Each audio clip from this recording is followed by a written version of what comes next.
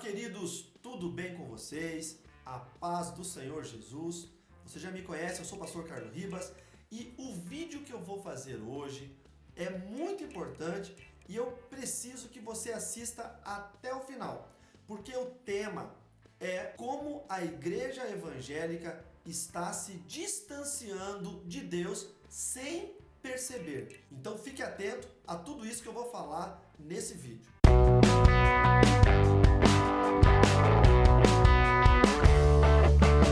A Igreja do Senhor Jesus, ela foi constituída na Terra, independente da denominação religiosa que você pertence, para ser a base de uma sociedade que adora a Deus. Então você ter uma igreja numa cidade, aquilo ali é o centro da adoração a Deus, é o templo onde as pessoas conseguem ir até ali, levar as suas ofertas, levar as suas petições, seus pedidos de oração, fazer a sua devoção a Deus através de louvor, através de jejum, através de oração e receber a presença do Senhor de uma forma sensível, de uma forma que você possa sentir. Mas isso tudo demanda muito empenho, muito envolvimento. Servir a Deus não é tão simples como parece. Você pode ser um bom cristão, mas não um bom servo de Deus. Há uma diferenciação nisso. Ser cristão é aceitar a Jesus como Senhor e Salvador da sua vida, descer as águas do batismo e congregar numa igreja. Ok, até aí, ok. Só que você não tem algumas vantagens que um servo de Deus tem. Porque ser cristão é estar enquadrado no sistema do cristianismo. E ser um servo de Deus é servir a Deus. Primeira coisa que nós vamos falar é sobre unção. A ligação, o fragmento da ligação entre o homem e Deus é a unção. É através dela que tudo acontece. É através da unção que você consegue tocar no manto, você consegue chegar até a presença de Deus. É através da unção que você consegue sentir a presença de Deus. É através da unção que você pode impor as mãos sobre uma pessoa doente e ela ser curada com os dons do Espírito Santo. É através da unção que você consegue passar a mensagem do Evangelho e as pessoas guardarem, receberem isso nos seus corações. É através da unção que você tem autoridade no nome de Jesus para expulsar demônios. Então, tudo acontece através da unção. Só que ter unção é muito caro. Não é qualquer pessoa que pode ter unção. E aqui eu volto a fazer a diferenciação entre o cristão e o servo de Jesus. Porque ser cristão é estar inserido dentro de um contexto do cristianismo. E ser servo de Jesus é você servir a Cristo com a sua vida de forma completa, íntegra, com inteireza de existência. Para conseguir unção, é um preço muito caro. Você que é crente há mais tempo, você vai lembrar como que era o culto na sua igreja há 20 anos atrás, ou há 30 anos atrás. O culto, ele não tinha nenhum apelo comercial. Não tinha propaganda, porque não existia internet, não existia rede social e tudo mais. Então, o culto, ele era um momento sagrado. Eu não estou dizendo aqui que internet é ruim e tal, porque eu uso a internet quase que 100% para o meu ministério. E para falar com você que está aí do outro lado da câmera, e está aí em qualquer parte do mundo recebendo essa mensagem, esse ensino. O que acontece é que a internet mal usada, ela se torna uma arma que o inimigo tem para trazer distanciação entre a igreja e Deus. Então, há 30 anos atrás, ou há 20 anos atrás, a igreja não tinha nada disso, não existia marketing para a igreja. A igreja era um templo construído onde tinha um sacerdote, um pastor, que não estava preocupado se a ovelha ia gostar ou não com a mensagem do evangelho, porque ainda havia um sistema chamado disciplina. Se a pessoa estava em pecado, ela passava por um processo de disciplina. Era dito, olha, esse irmão pecou nesse aspecto assim, assim, assim, ele vai passar 3 meses sentado aí no banco, sem fazer nada, sem tomar santa ceia e tal. Era um processo chamado disciplina. Isso não existe hoje. É raríssimo existir isso hoje. Por quê? Porque a unção está desaparecendo. Antigamente as pessoas eram disciplinadas porque havia unção na disciplina, havia unção no culto, na igreja. A pessoa entendia que estava errada e que precisava se consertar. Eu sou convertido há mais de 20 anos e eu me lembro quantas disciplinas eu peguei quando jovem, por erros que eu cometia como jovem, por namorico, por briga com algum irmão e alguma coisa assim. E permanecia na igreja, no banco, triste, humilhado, envergonhado pela disciplina, mas feliz, porque aquilo era um sinônimo do amor da igreja, do pastor, para consertar a minha vida. Eu conseguia entender que aquilo era um processo de transformação da minha vida. É como um médico. Imagina você, se você vai e quebra o braço, aí o médico fala, não, tem que botar um pino aqui, e você vai ficar tanto tempo com esse braço, com esses pinos, pro teu braço ficar bom. Você diz, não, eu quero sair desse consultório curado. Se o senhor não consegue me curar assim, eu vou procurar um outro médico que consiga. E ele vai procurar até achar um charlatão que dê um golpe nele e que diga que ele pode voltar para casa sem os pinos. Tem muito crente hoje assim. Ele não aceita mais o que o pastor fala. E ele procura outra igreja, outra, até achar uma que diga, vem você, do jeito que você é, nós não queremos mudar, nós não queremos invadir a sua intimidade, nós só queremos você aqui no templo conosco. Voltando lá para a igreja de 30 anos atrás, não havia avivamento no louvor, até porque não tinha grupo de louvor. No tempo que eu me converti, tinha a irmã Clarice em cima do altar, no piano, tocando louvores no piano, e uns 2 ou 3 irmãos cantando junto com ela e a igreja toda adorando. E durante o louvor, e agora eu abro parênteses aqui, porque o louvor não é para nos animar, o louvor não é para nos curar, louvor não cura, louvor não liberta, o que liberta e cura é o nome de Jesus. Se você aprendeu alguma vez que o louvor cura ou que o louvor liberta, isso é perigoso, é um ensino perigoso. Porque é o nome de Jesus, não, demônio não sai com louvor. Ah, mas e Saul? Davi tocava o louvor, a presença do Senhor era atraída. Quando a presença do Senhor chegava, o demônio que estava em Saul saía. Mas quando Davi parava de louvar e ia embora, o demônio voltava em Saul. Tanto que Saul tentou matar Davi várias vezes por causa disso. Então Davi nunca expulsou o demônio de Saul com louvor. Ele era afugentado pela presença do Senhor. É perigoso esse ensino. Mas naquela época não, o louvor era único e exclusivamente para Deus. Louvor era para Deus. A gente tinha nossas bandinhas de rock gospel, de tal, claro, mas era para momento de festa com os jovens, para momento de retiro de jovens, para momento de comunhão. Mas no culto, era adoração, era entronização. Nós adorávamos a Deus de verdade. Eu conheço muitas igrejas ainda que fazem isso. Não estou falando que ninguém mais faz. Mas eu estou dizendo que esse é o objetivo do louvor da adoração, elevar a Deus as nossas adorações a Ele, exaltar o nome do Senhor, magnificar, entronizar o nome do Senhor. Então o louvor era só para isso. E durante o louvor acontecia um mover que hoje é mais raro. As pessoas se arrependiam dos seus pecados, as pessoas choravam, as pessoas se contristavam. Elas ficavam ali humilhadas na presença do Senhor, porque sentiam a majestade do Senhor sendo atraída através do louvor. Mas e o avivamento? O avivamento ele era gerado na palavra. Enquanto a palavra estava sendo ministrada, nós sentimos a presença do Senhor. Não era só frase feita, não era só levanta a mão e dá glória, não, era a palavra de Deus sendo pregada. Eu me lembro da mensagem do bom samaritano até hoje, e o pastor falando sobre o bom samaritano, e eu me lembro quando o pastor disse que o bom samaritano iria voltar. Ele pagou a hospedagem para o rapaz que foi espancado, mas eu voltarei, e quando eu voltar eu pago o resto que ele consumiu. Não me esqueço, porque naquele dia eu tive certeza que o bom samaritano ali era uma representação própria de Jesus. E que, mesmo que as pessoas não o aceitassem, porque ele não fazia parte do grupo dessas pessoas, ele não era dos judeus, ele não era das religiões modernas, ele era uma pessoa de fora. Ele voltaria, era ele quem estava curando as minhas feridas, e ele voltaria. Eu tive o entendimento dessa palavra, uma mensagem, e eu não aguentei. Eu sentia os meus braços tremerem, porque a palavra fazia diferença. Hoje não, hoje o avivamento vem no louvor. O avivamento vem com corinho de fogo, o avivamento vem com músicas emotivas. Por quê? Porque esse é o ponto. Para conseguir unção, você tem que ter um tempo separado para Deus.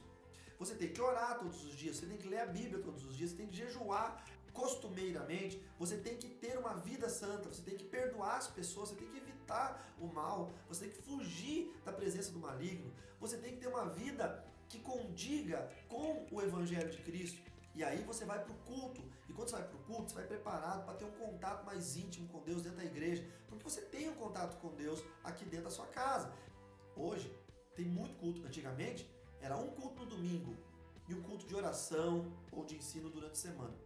Hoje tem 300 cultos por semana. Os pastores não têm mais tempo de preparar uma mensagem, de remoer aquela mensagem, de escrever um esboço, dormir durante a noite, Deus fala com ele sobre o esboço, ele acorda no outro dia, modifica um pouquinho, vai visitar um irmão, fala um pouquinho para o irmão da mensagem que ele vai ministrar no domingo e vive aquela mensagem por uma semana no mínimo para pregar no culto de domingo. Hoje não tem tempo de gerar unção. Hoje é palavra em cima de palavra. Hoje é palavra para tudo. Então se tornou muito pueril, se tornou muito frágil, você entendeu a mensagem? Ela não é mais aquela que tinha que poder.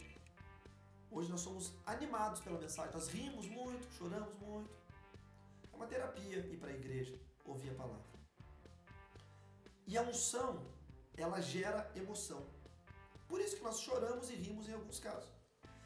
Mas o diabo, o inimigo das nossas almas, ele percebeu o avanço da igreja. E ele pensou, como que eu faço para barrar tudo isso? Eu vou fazer com que eles pensem que estão fazendo certo, mas eles vão fazer errado. Eu vou ensinar os homens a fazer errado, mas eles não vão perceber. Eles vão começar a fazer errado, pensando que estão fazendo certo. Então pense comigo, para ter unção, que é tão pesado, mas é o necessário para que funcione o ambiente culto, é preciso autonegação, altruísmo, amar mais ao próximo do que a você mesmo. É preciso perdoar as pessoas, é preciso ter uma vida sem pecados, é preciso orar todos os dias, jejuar de tempos em tempos, ler a palavra de Deus todos os dias, ter uma vida cristã, ser bem visto pela sociedade. É claro que hoje tem muitos ativistas contrários ao evangelho, que mesmo que você seja melhor crente, vão falar mal de você pelo simples fato de você ser crente. Então não é o que as outras pessoas falam de você que importa, é quem você é que importa. Então isso é tudo muito difícil.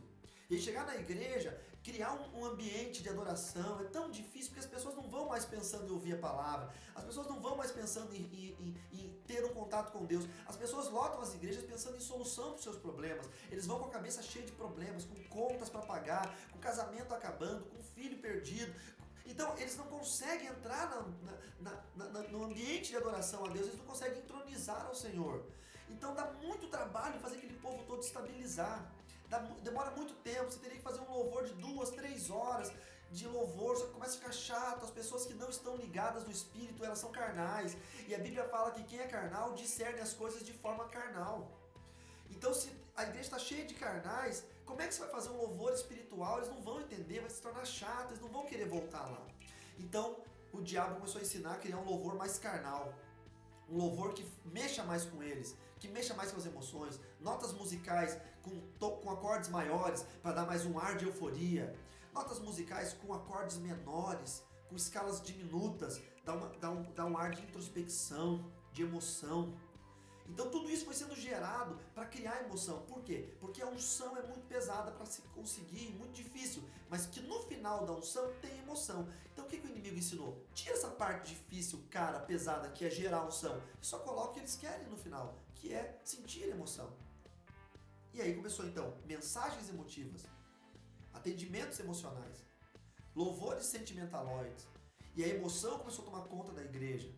E hoje, se nós formos para um culto que não tenha nada de emoção, que o louvor seja só para adorar a Deus, ninguém sinta nada, que a pregação seja só para te ensinar, ninguém sinta nada, e você saia da igreja, muitos vão sair reclamando, dizendo que não sentiram nada, porque não houve emoção. Mas talvez seja o início de uma busca aprofundada pela unção que se perdeu ao longo dos tempos. Aí o inimigo começou a ensinar armas de guerra que são infalíveis, só que do jeito dele, para que nós pensemos que estamos agindo de forma infalível contra o inferno, mas na verdade nós estamos agindo de forma falível. Quais são elas? Jejum, oração e oração em línguas e profecias. Essas 3 armas de guerra são infalíveis e o diabo não pode defender-se delas. Então, se ele deixasse a igreja usar isso de fato, nós seríamos imbatíveis. Então o diabo começou a criar o jejum do tipo dele, a oração do tipo que ele gosta e a profecia do jeito que ele quer. Exemplos: jejum, abstinência total de alimentos. Isso é jejum. O resto é propósito, voto, campanha. Jejum é abstinência de alimento. É você abster-se de comer. Você pode beber água porque água não alimenta, água só vai hidratar o seu corpo.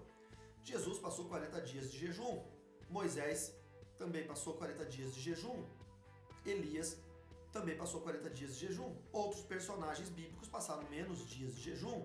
Davi, quando estava o seu filho com Batseba doente, ele estava em jejum. Então o jejum é uma arma de guerra. O próprio Cristo disse aos seus discípulos que existem castas de demônios que não se expulsam, senão pelo jejum e pela oração. Aí o que o inimigo fez? O inimigo começou a colocar na nossa mente que isso é mentira. Como ele fez quando estava na posição de serpente no jardim do Éden, falando para Eva. Ele perguntou: acaso você não pode comer todos os frutos desse jardim? Deus não te deixou? E ela disse: não, de todos eu posso, mas daquele ali e daquele outro eu não posso. Conhecimento do bem e do mal e da árvore da vida. Porque no dia que eu comer deles, eu vou morrer. Qual foi a postura de Satanás? Ele disse: mentira, você não vai morrer. Deus te disse isso porque o dia que você comer desse fruto, você vai se tornar um Deus como ele.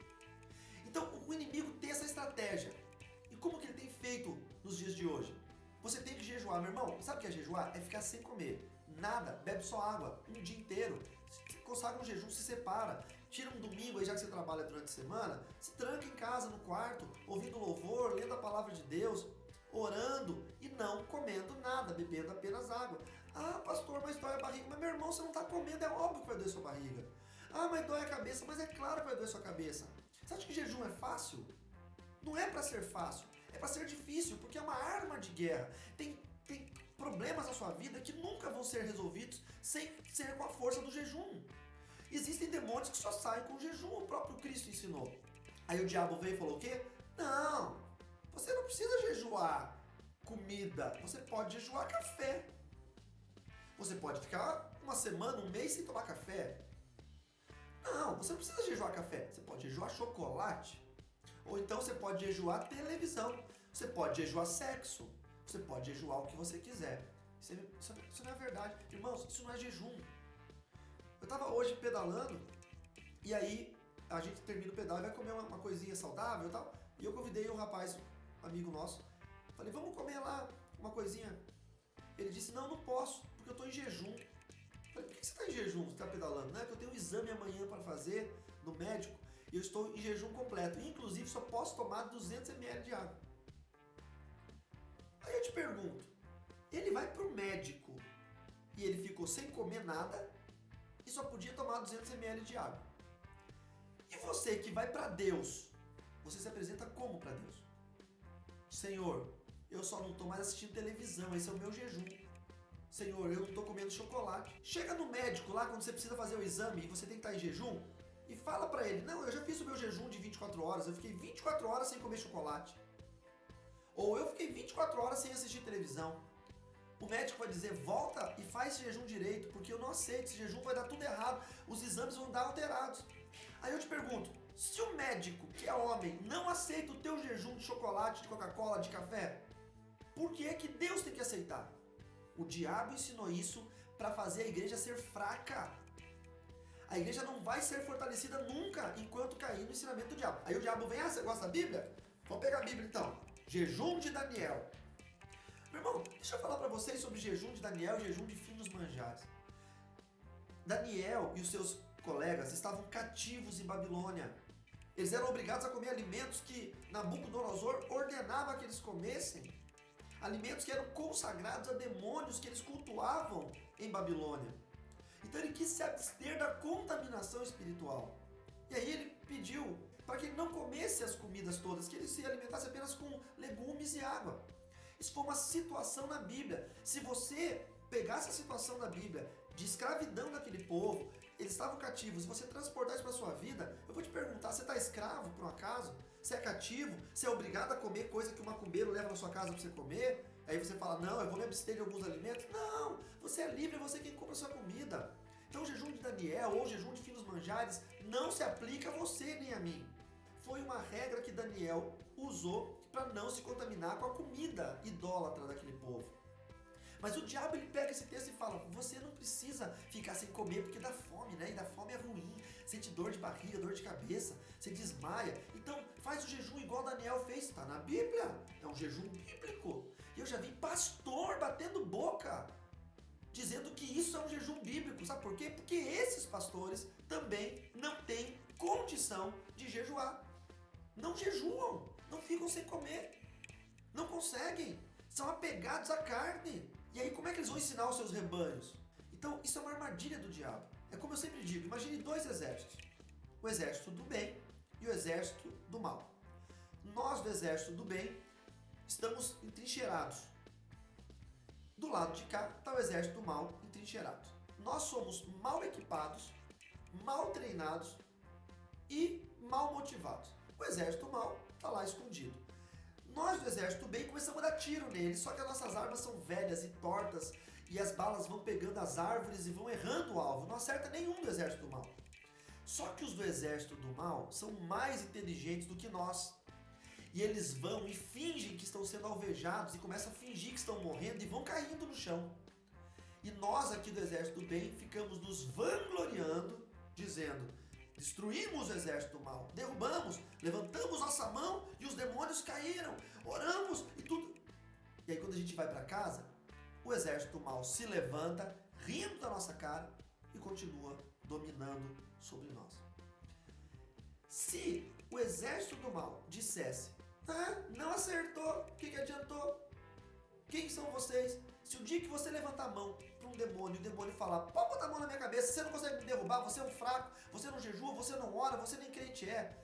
Você vai voltar para casa tão assustado que você vai começar a consagrar jejuns poderosos, vai orar, vai ler a Bíblia, vai virar um guerreiro. E a próxima vez que um demônio se manifestar, você vai colocar a mão nele em nome de Jesus e ele vai sair. Porque você vai estar preparado para usar a autoridade investida sobre ti do nome de Jesus. Então você acha que o demônio vai ser besta? De quando ele manifestar em algum lugar, você botar a mão para ele sair, na cabeça da pessoa para ele sair? Você acha que o demônio vai ser besta de te empeitar? Ele vai fingir que sai e você fica acreditando que é o tal. Mas a unção é quem nos diferencia. Você precisa buscar unção. Então jejue e jejue muito. Uma outra arma de guerra é a oração. E a oração, ela é algo que nós temos que diferenciar em duas maneiras básicas e preliminares. A primeira maneira é a forma com que você ora a Deus. E a segunda maneira é a forma com que você ora dando ordens no mundo espiritual. A forma com que você ora a Deus pode ser de qualquer jeito. Pode ser tudo errado, pode ser comendo palavras, pode ser amém Jesus, em nome de Jesus, obrigado Jesus. Jesus, em nome de Jesus, eu oro por Jesus, em nome de Jesus, amém Jesus. Tudo errado. Mas Deus recebe. Por quê? Porque como um pai, um filho pequeno de 1, 2 anos de idade faz uns rabiscos lá na escolinha e pinta com várias cores e ele chega e traz para você e fala assim: papai, meu quadro, você vai achar aquilo uma obra de arte, você vai enquadrar, botar na parede aí atrás. Só que se você for vender essa obra de arte numa galeria, eles vão olhar para você e vão dizer: isso não vale nada, são rabiscos, só tem valor para você que é o pai. Então a oração de um filho para Deus, você pode orar, você pode chorar, você não tem palavra, geme, Deus entende. Só que quando você for dar uma ordem no mundo espiritual, ordenar que aconteça algo no mundo espiritual, que o inferno recue, que a doença saia, que o demônio saia, que o ambiente se estabilize, ou você sabe orar direito, ou não funciona. Vão ser apenas rabiscos no mundo espiritual. Então você precisa aprender a orar. Por isso que muita gente ora errado, porque o inimigo impede as pessoas de aprender a orar. É incrível como nas igrejas as pessoas oram errado. Eu vejo pastores orando que eu fico: meu Deus do céu, que desespero. O pastor está no altar da igreja orando, ele começa: Senhor Deus, em nome de Jesus, nós estamos aqui na tua casa. Até aí está tudo bem. Eu não sei o que, papai, ele está falando com Deus, a oração é dele para Deus. De repente ele começa a ministrar: em nome de Jesus, Senhor, recebe aí. Você, igreja, levanta a mão aí, vai adorando, que Deus já está visitando a sua casa. Peraí, meu irmão, você está orando para Deus ou você está ministrando para a igreja? Termina de orar para o Pai. Seja respeitoso com Deus na sua oração. Depois você ministra para a igreja. Tem gente que é pior, que está falando: Senhor, em nome de Jesus, e você, igreja, levanta a mão, e você, Satanás, está repreendido. Meu Deus, o camarada estava falando para Deus, daqui a pouco está falando para o diabo, daqui a pouco está falando para a igreja. Tudo numa única oração. Sabe por que as pessoas não sabem orar? Porque a oração ela destrói cadeias. E o diabo sabe que se a igreja souber orar, as cadeias serão destruídas. Então a oração é algo extremamente importante no mundo espiritual. E aí vem um dos 9 dons do Espírito Santo, que é a oração em línguas. E a oração em línguas é uma forma de você nunca ser enganado pelo inimigo. Porque quando você ora em línguas, a palavra de Deus diz, o apóstolo Paulo falou em 1 Coríntios, que você ora entre você e Deus, não há interferência. Se não houver quem interprete na igreja, para que a gente possa entender a tua oração em línguas, é uma oração sua exclusiva, você e Deus. O apóstolo Paulo não impede a pessoa de orar. Ela só diz para você não ficar orando no povo lá, porque o povo não está entendendo. Então você fica orando ali no seu momento com Deus, tá no altar, não tem problema, tá lá, tudo bem, ok. Só que se você não for batizado com o Espírito Santo e não tiver a oração, o dom de orar em línguas, o inimigo pode te enganar. Aí o que o diabo fez? Inventou um monte de oração em língua falsa. E você vai nos cultos que você vê a pessoa fuma escondido, a pessoa é maldizente, a pessoa é debochada, a pessoa fala mal dos irmãos, a pessoa tira sarro de pastor, a pessoa é uma treva do inferno. E chega no culto, como isso? Como que da mesma fonte sai água doce e amarga? Como é que pode isso? Eu não consigo entender. A pessoa não ora durante a semana, a pessoa não lê a Bíblia, não lê um versículo da Bíblia durante a semana. A pessoa, ela não tem vida com Deus, ela não perdoa, ela tem uma mente ruim, um coração duro. Chega no altar da igreja ou na igreja e ora em línguas. São línguas de demônios. Quantas vezes eu vi pessoas orando em línguas e eu tive certeza que eram demônios ali. Isso é muito perigoso. Então eu volto a falar que a unção é primordial para que haja o culto dentro da igreja. E a terceira arma de guerra que nós temos, que o diabo quer perverter, profecia. A palavra de Deus diz, não desprezeis as profecias. Profecia é algo que nós não podemos desprezar. O diabo não pode impedir que profecia aconteça. Então o que ele faz? Coloca um caminhão de falso profeta no meio da igreja. Aí você tem um profeta ou 2 profetas que são usados por Deus e 500 que são usados pelo diabo. Aí vem profecia, e sobe no altar, e roda 3 vezes em volta do cara, e fala, e não sei o que. Eu recebo tanta profecia por aí, irmãos, que não se cumprem. Umas eu sei que foi Deus, outras eu sei que foi o diabo. Então é discernimento que faz você entender isso. A unção gera esse discernimento. E aí acontece o quê? Tanta falsa profecia na igreja hoje. Queridos, eu não estou falando aqui para você não orar em línguas.